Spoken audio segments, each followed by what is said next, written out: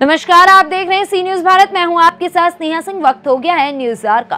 उत्तर प्रदेश के जौनपुर में पिछड़ा दलित विकास महासंघ के राष्ट्रीय अध्यक्ष दद्दन सिंह यादव ने प्रेस वार्ता के दौरान कहा कि आजादी के 70 साल से ज्यादा समय बीत जाने के बाद भी पिछड़ा दलित आदिवासी समाज आज भी बहुत पीछे है। भाजपा सरकार हमारे समाज को हिस्सेदारी देने की बात कहती है, लेकिन देती नहीं है। अब जिसकी संख्या भारी होगी, देश में उसकी उतनी ही हिस्सेदारी होगी। आइए सुनते हैं सी न्यूज भारत के संवाददाता गुलजार अली और प्रदीप सिंह से हुई बातचीत में उन्होंने क्या कुछ कहा।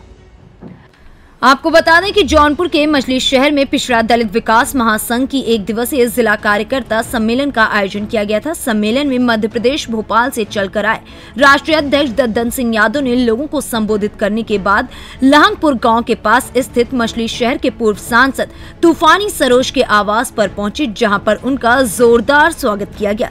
स्वागत कार्यक्रम के बाद पत्रकार वार्ता शुरू हुई।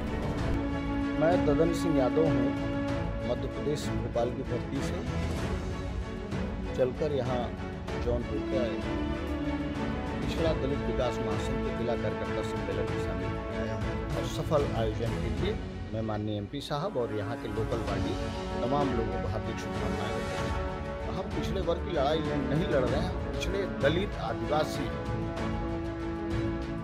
ये जितना शोषित वंचित समाज है, मैं इनकी लड़ाई के लिए निकला हूँ और सबको एकत्रित कर रहा हूँ। अभी तक क्या है कि कुछ मुट्ठी भर लोगों के हाथ में शासन रहा, सत्ता रहा और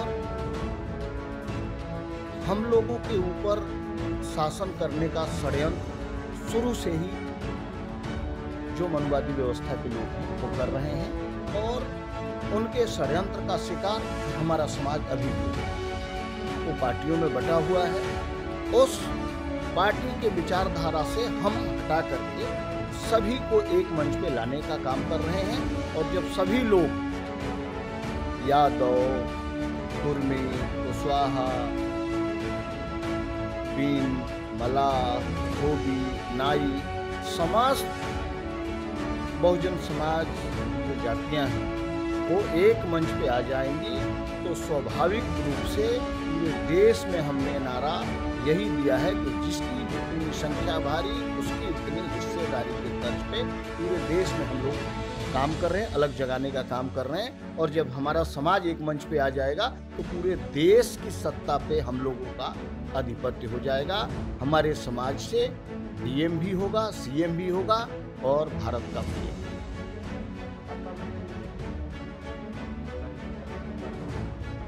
नहीं, भाजपा देने की बात करती है, देती कहाँ है?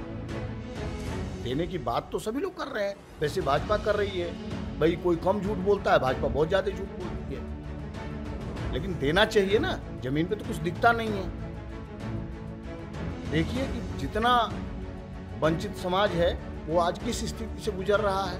किसानों के ऊपर गाड़ियां चढ़ाई जा रही है, पूरा रौंदा जा रहा है, पूरा देश देख रहा है ये विकराल परिस्थिति। लेकिन ये देश का दुर्भाग्य है, इसके बाद भी 1 साल समथिंग 1 साल हो गया किसानों का आंदोलन, पूरा देश का किसान सड़कों पे है। लेकिन इस देश के प्रधानमंत्री जी को इसकी कोई चिंता नहीं है कि देश का किसान यदि कमजोर होगा तो पूरा देश कमजोर होगा, क्योंकि कोई हीरा मोती जवाहरात नहीं खाएगा, उसको अनाज खाना पड़ेगा। और जब किसान अनाज पैदा नहीं करेगा तो इस देश की परिस्थिति क्या होगी? बहुत विकराल परिस्थिति हो जाएगी। नहीं, हम तो देखिए, हम तो पूरे हमारा जो सोच है, मेरी व्यक्तिगत जो और संगठन की सोच है, मैं तो ये चाहता हूँ कि पूरे देश में जो प्रभुता और संपदा है, संपदा का भी बंटवारा हो और पूरे बहुजन समाज के लोगों को बराबर की हिस्सेदारी मिले।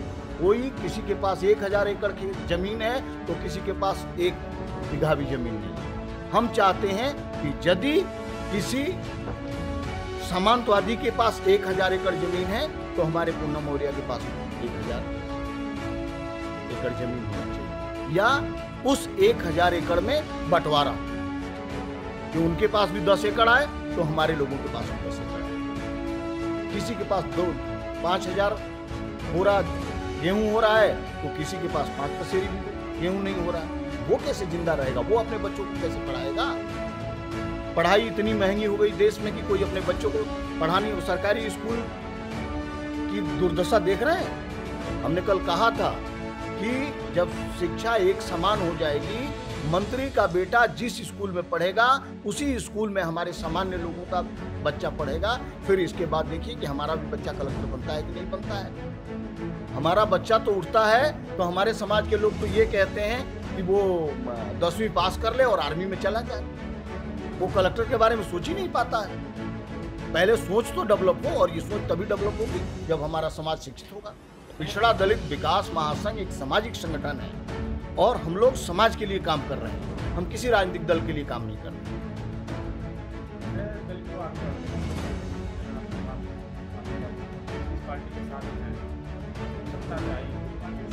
नहीं, मैं किसी पार्टी के साथ हूँ ही नहीं। जो हमारे लोगों की रक्षा करेगा, हमारे संविधान की रक्षा करेगा, हमारे हितों की रक्षा करेगा, हम उसके साथ खड़े होंगे।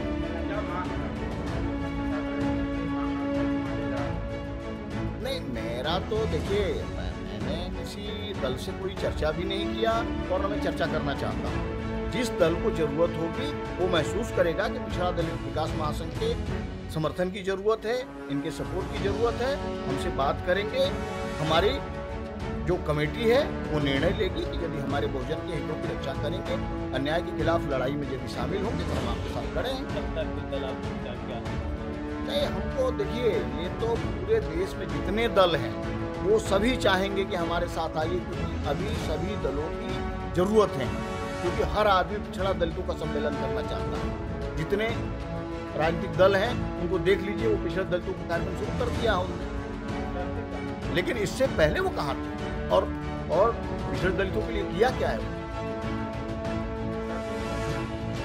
शर्तें क्या, हमारी सबसे बड़ी शर्त तो ये है कि जितनी भारत सरकार की प्रभुता है उसमें हमारी भागीदारी दिया जाए, हमारे लोगों को शामिल किया जाए। भाई, आप 15% की जनसंख्या लेके 85% पे राज कर रहे हैं और हमारे 85% के जो लोग हैं उनकी स्थिति ये है कि वो कहीं के चपरासी भी नहीं है तो कहीं उनकी व्यवस्था ही नहीं है।